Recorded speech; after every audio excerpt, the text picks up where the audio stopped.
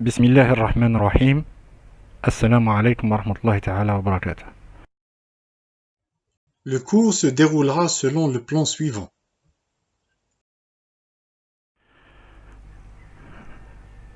En physique, l'objectif des méthodes numériques est de fournir des solutions approchées du comportement réel d'un phénomène physique qui est généralement décrit par des équations différentielles ou intégrales. On parle de modèles numériques. L'élaboration de ces modèles numériques peut être faite par différents types de méthodes numériques.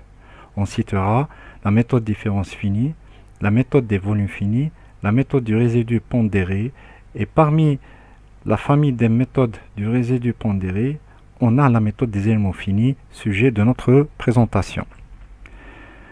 Ces méthodes numériques sont généralement des méthodes d'approximation qui ont un même objectif. Remplacer un problème mathématique défini sur un milieu continu par un problème mathématique discret, représenté par un système d'équations algébriques.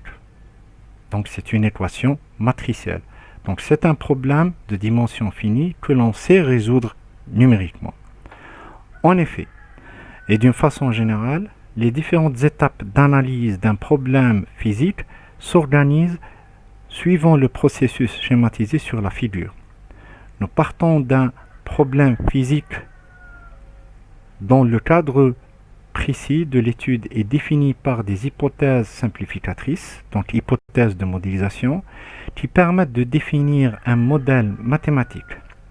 La difficulté à ce niveau est de savoir choisir parmi les lois de la physique celles dont les équations traduiront avec précision voulue la réalité du problème considéré. Le choix du modèle mathématique est un compromis entre le problème posé, quelle grandeur veut-on calculer avec quelle précision, et les moyens disponibles pour y répondre. Un bon choix doit donner une réponse acceptable pour des efforts de mise en œuvre non prohibitifs. Si le modèle mathématique n'admet pas de solution analytique, il faut chercher une solution approchée de ce modèle. La discrétisation du problème hypothèse de discrétisation correspond au choix d'un modèle numérique permettant de traiter les équations mathématiques. Il est important de savoir distinguer et hiérarchiser ces deux niveaux d'hypothèses utilisés pour modéliser un phénomène physique.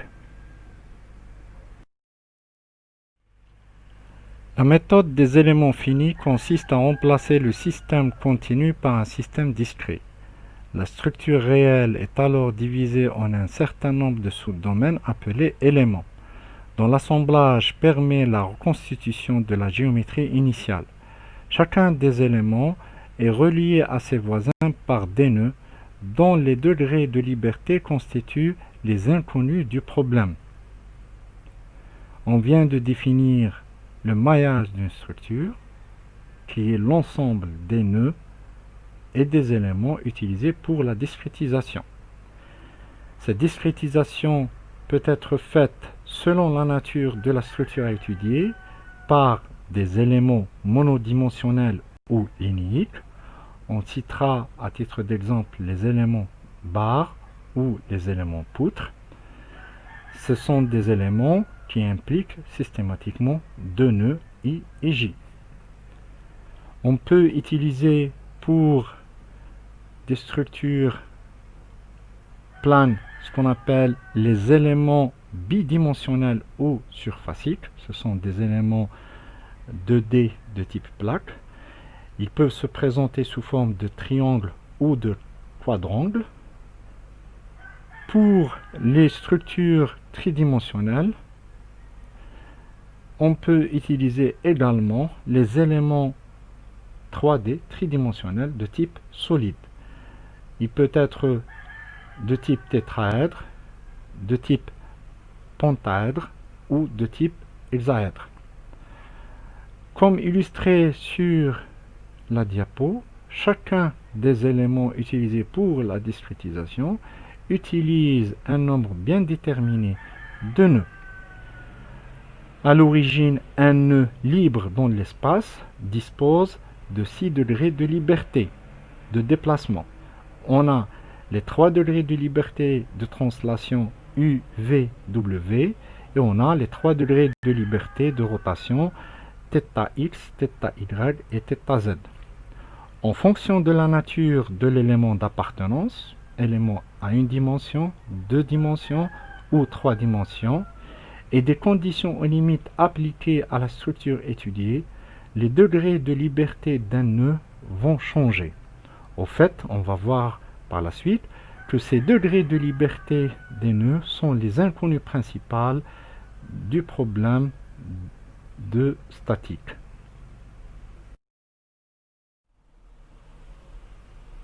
Dans la littérature, on peut retrouver plusieurs approches pour formuler les problèmes de la méthode des éléments finis. On citera par exemple la formulation directe, la formulation énergie potentielle totale minimale ou la formulation du résidu pondéré. En particulier, on citera la méthode de Galerkin. Par ailleurs, le processus de mise en œuvre de la méthode des éléments finis peut être décomposé en 3 phases principales. La première phase de pré-traitement, la deuxième phase de solution et la troisième phase de post-traitement. La première phase peut être décomposée en 5 étapes principales. L'étape de discrétisation qui consiste à subdiviser le domaine sur lequel le problème est défini en des éléments connectés par des nœuds. La deuxième étape qui consiste à écrire des fonctions de forme pour représenter le comportement physique de l'élément en fonction de données au niveau des nœuds. La troisième étape consiste à développer des équations mathématiques pour chacun des éléments pour décrire son comportement. La quatrième étape consiste à regrouper toutes les équations des éléments du maillage dans une matrice globale en prenant en compte les propriétés physiques du système. La cinquième étape consiste à appliquer les conditions limites, les conditions initiales et les chargements pour définir les contraintes du système. La phase de solution, au fait, contient une étape qui est cruciale, c'est l'étape de résolution du problème discret pour les inconnus primaires. Donc l'équation matricielle globale est réorganisée et traitée pour avoir la solution au niveau de chaque nœud. Une fois le système solutionné, on va traiter dans la troisième phase les données obtenues, on va calculer les variables dérivées, et donc on peut construire la solution approchée du problème considéré à partir des valeurs trouvées au niveau des nœuds et en exploitant les fonctions de forme définies au niveau de l'étape 2 de la phase 1. En élasticité qui nous permet d'aborder la problématique de la statique des structures mécaniques, le flux de calcul est relativement facile du moment que les champs de déformation et des contraintes se déduisent directement du champ de déplacement. En effet, si l'on connaît le vecteur de déplacement UVW en tout point du solide ou de la structure étudiée, il est possible de déterminer le champ de déformation par le biais de l'opérateur de dérivée partielle, et cela nous permettra donc de calculer les 6 composantes du tenseur de déformation epsilon. Par ailleurs, on peut déterminer le champ de contrainte en tout point de la structure en appliquant la loi constitutive de Hooke. Cette loi qui stipule que sigma est égal à la matrice H fois le vecteur de déformation epsilon. Il est à noter que la matrice H implique les modules de l'ingénieur, donc on a besoin de connaître les propriétés physiques du système, notamment le module de Young E, le coefficient de Poisson nu et le module de glissement G. Une fois qu'on a déterminé le champ de déformation et le champ de contrainte, il est très facile de calculer l'énergie de déformation d'une structure mécanique W qui est égale à 1/2 l'intégrale sur le volume de la structure étudiée de epsilon transposé sigma dV. Donc à l'aide de la méthode des éléments finis, on va rechercher en premier lieu les déplacements des nœuds. Ces déplacements des nœuds vont nous permettre de définir le champ de déplacement au niveau de chacun des éléments utilisés dans le maillage et à partir de la connaissance du champ de déplacement, on peut déduire par la suite les autres grandeurs, notamment les déformations et les contraintes. Nous allons voir de près, à travers cet exemple illustratif, la mise en œuvre de la méthode des éléments finis pour le cas d'une barre en traction, illustrée par la figure ci-contre, par les deux approches de base, approche directe et approche par minimisation de l'énergie de déformation élastique. Donc on a donné toutes les données du problème. Donc c'est une barre de section uniforme dont le poids est négligé. Elle est fixée du côté supérieur et elle supporte une charge P. Donc on a donné les dimensions, le module de ion de E, et on nous demande de rechercher le déplacement et les contraintes sigma en utilisant la méthode des éléments finis.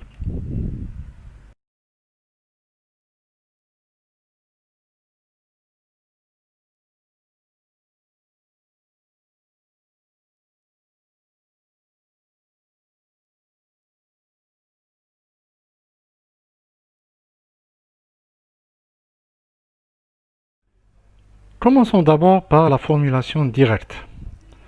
Comme première étape de la mise en œuvre de la méthode des éléments finis, on va procéder à la discrétisation du domaine de l'étude. Donc on a une division en 4 éléments en utilisant 4 nœuds de 1 à 5 et on va noter UI les déplacements du nœud I.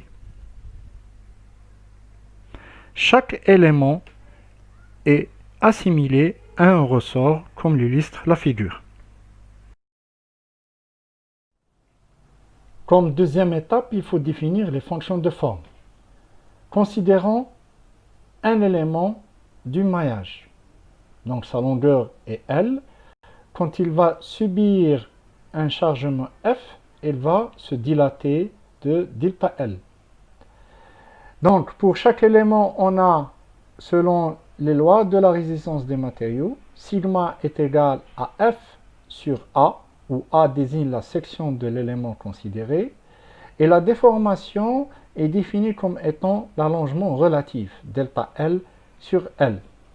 À cet effet, on peut écrire F sur A est égal à E, delta L sur L. À partir de cette relation, on peut déduire la raideur équivalente de notre élément. On va écrire que K équivalent est égal à A fois E sur L. A, c'est la section de l'élément, E, c'est le module de Young, et L, c'est la longueur de l'élément considéré.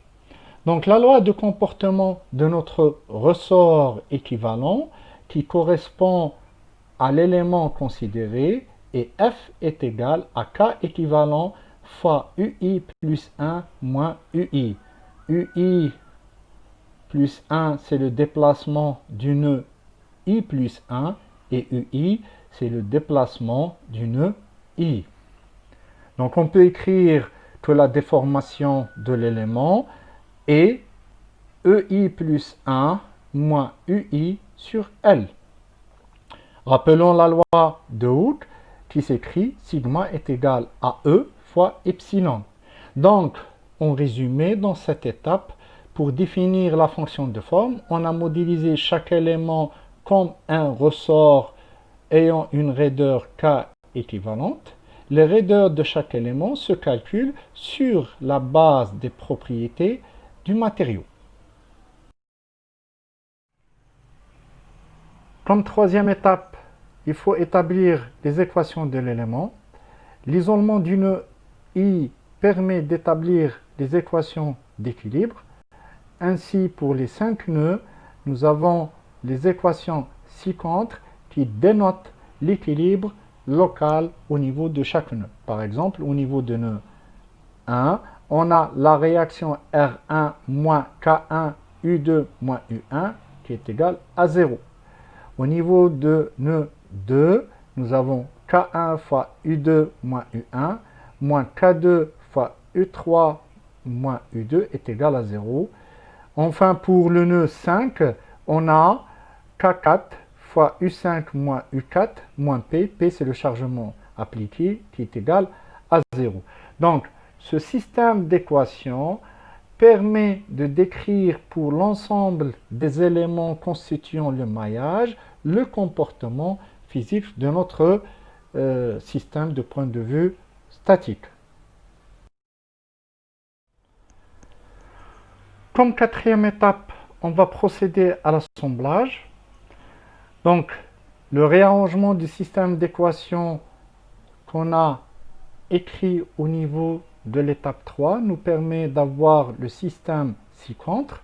Donc, la mise en facteur des déplacements U1 jusqu'à U5 nous permet d'identifier la matrice de rigidité globale où on a les KI, donc les raideurs de chaque élément constituant le maillage de notre système. Donc, on voit que la matrice de rigidité globale de notre système est une matrice tridiagonale et les autres éléments sont nuls.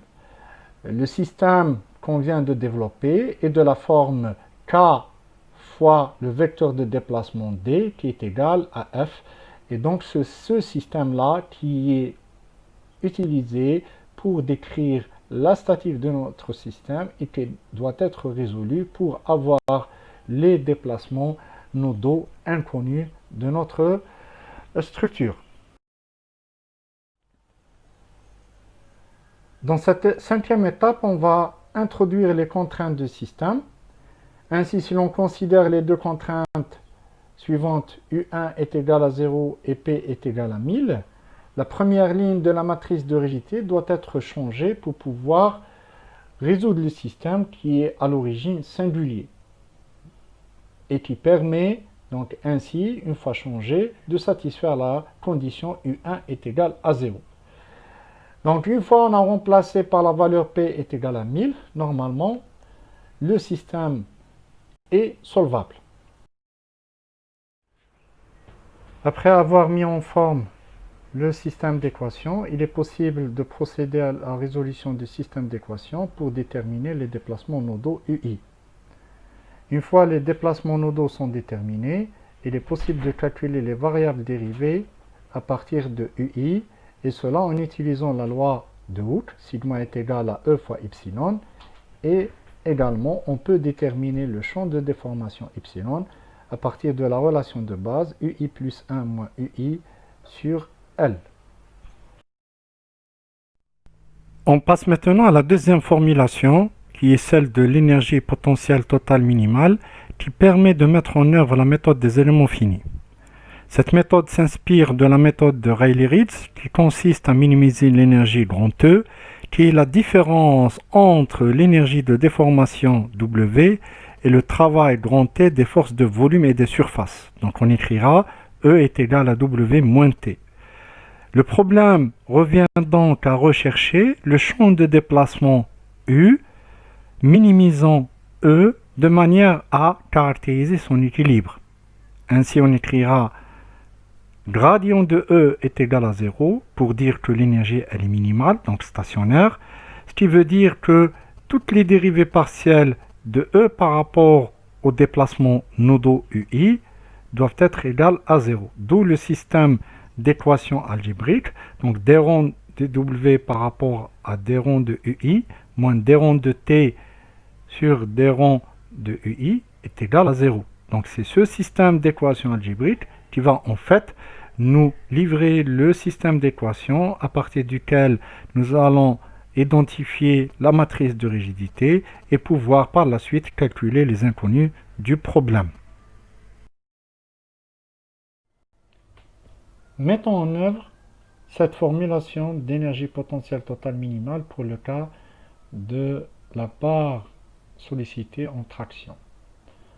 L'énergie de déformation W s'exprime d'une façon générale sous la forme W est égal à 1 demi l'intégrale sur le volume du produit du tenseur de déformation par le tenseur de contrainte, ce qui donne dans le cas d'un élément qui travaille en traction-compression, l'intégrale de 1 demi de E, module du angle, epsilon au carré dv.